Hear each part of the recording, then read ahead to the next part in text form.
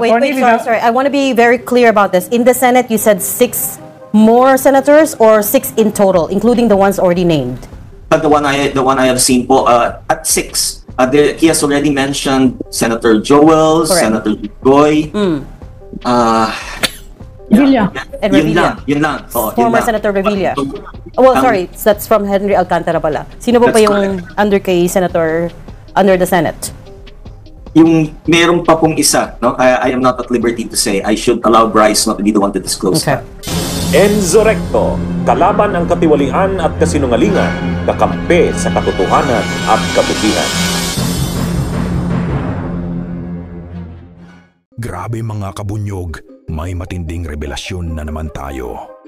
Ayon po sa abogado ni Bryce Hernandez na si Attorney Fortun, bukod ng kina Jinggoy Estrada, Joel Villanueva at Bong Revilla, mayroon pa raw 3 senador na kasama sa listahan ng mga dawit sa kontrobersyal na flood control scam.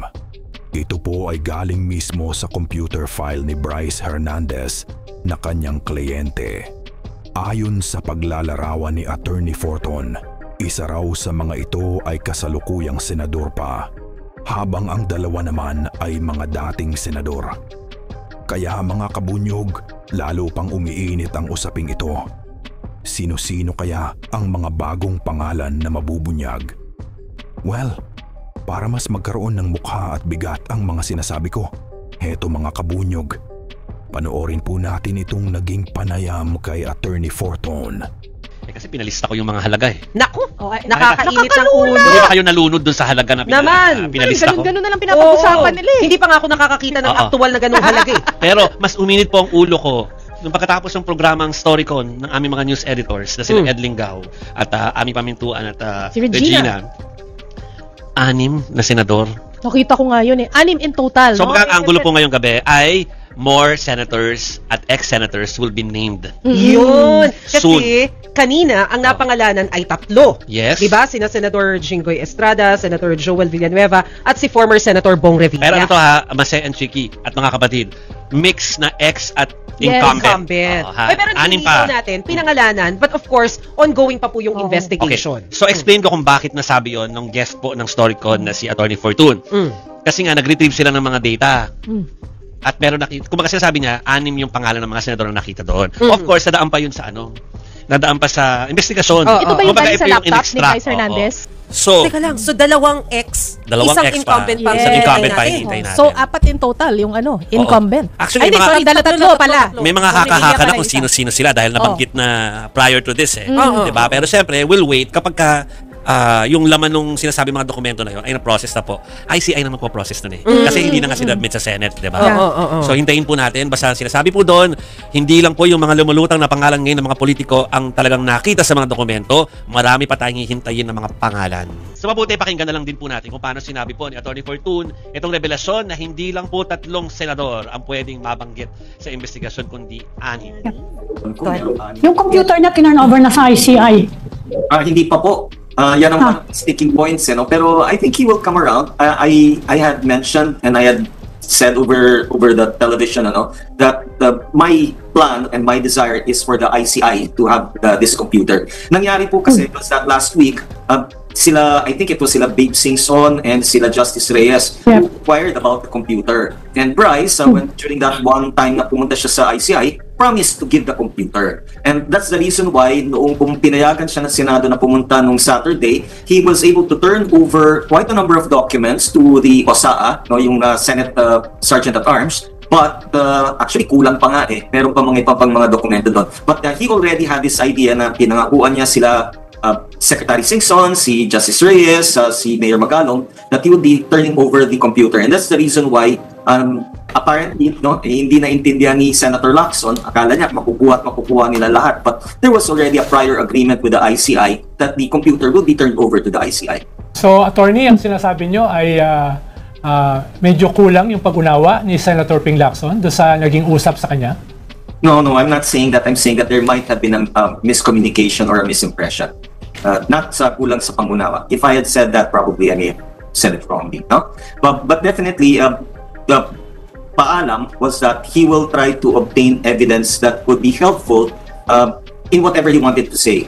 Si Bryce po kasi ayaw niya yung nagtuturo lamang na wala siyang mga dokumento, wala siyang ebidensya. And that's what he told the Senate Blue Ribbon Committee. Can you allow me to go to my house so that I can get the evidences that I can utilize and show to you when I do come out and implicate certain people?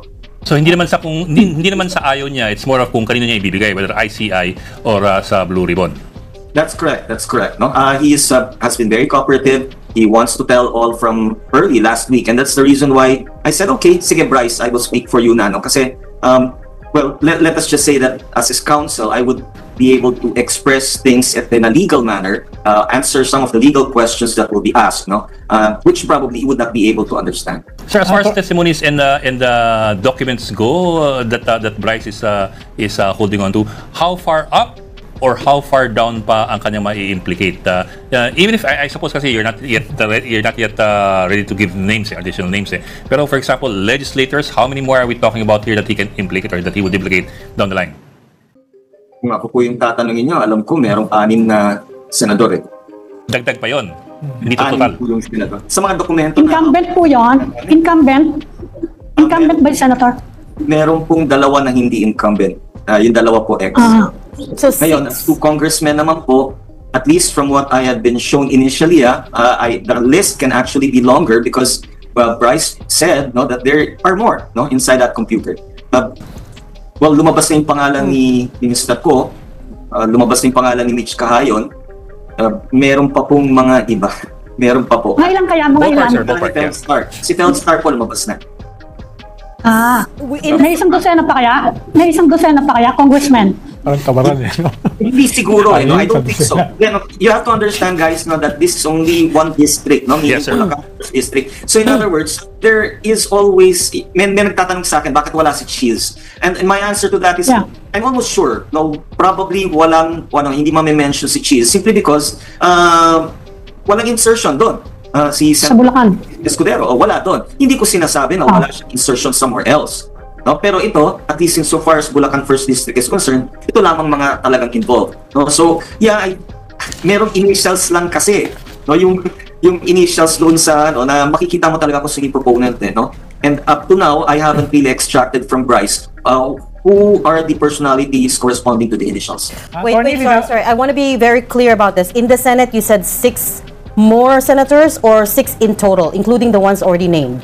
The one I have seen po at 6. He has already mentioned Senator Joel, correct. Senator Goy, Revilla. And Revilla. Yun lang. Former Senator Revilla. Well, sorry, that's from Henry Alcantara pala. Sino po pa yung under kay Senator under the Senate? Yung meron pa pong isa, I am not at liberty to say. I should allow Bryce not to be the one to disclose that. Bunyog, halikan na kasama ka. Bunyog, kapag buklod ay may pag-asa. Luzon, Visayas, Mindanao, isa ang pananaw. Sa bagong Pilipinas ang bunyog isisigaw.